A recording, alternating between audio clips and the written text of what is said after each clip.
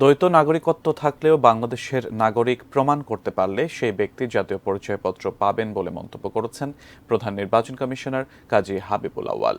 এ সময় মন্ত্রণালয় থেকে দ্বৈত নাগরিকত্বের সনদ আনা অর্থহীন বলে মন্তব্য করেন সিইসি। তিনি বলেন, জাতীয় পরিচয়পত্র অনেক গুরুত্বপূর্ণ, কিন্তু এটি নিয়ে এখনো জালিয়াতি হচ্ছে। এতে কমিশন প্রশ্নবিদ্ধ হচ্ছে। যাতে এমন ঘটনা না ঘটে সেদিকে নজর রাখার নির্দেশনা দেন সিইসি। তিনি বলেন, জাতীয় পরিচয়পত্র এখনো ১০০% চূড়ান্ত পর্যায়ে আসেনি। এর অন্যতম কারণ, যারা আবেদন করেন তারা সঠিক তথ্য দেন না, আর যারা তথ্য নেন তারাও সঠিকভাবে তথ্য নিবন্ধন করেন না। নির্বাচনী প্রশিক্ষণ ইনস্টিটিউট এনআইডি সংশোধনের আবেদনসমূহ ক্যাটাগরিকরণ ও দ্রুত নিষ্পত্তি বিষয়ক কর্মশালায় এসব মন্তব্য করেন সিইসি। কর্মকর্তাদের তালিকা ইত্যাদির প্রয়োজন হয়।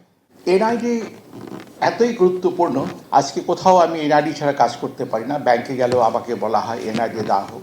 আর এনআইডি নিয়ে যে ম্যানিপুলেশনগুলো হচ্ছে, আমি জানি না এটা কিভাবে অ্যাড্রেস করবেন। প্রায় শুনি ওর নাম নিয়ে ভিন্ন পরিচয় ধারণ করে সে এনআইডি নিয়েছে।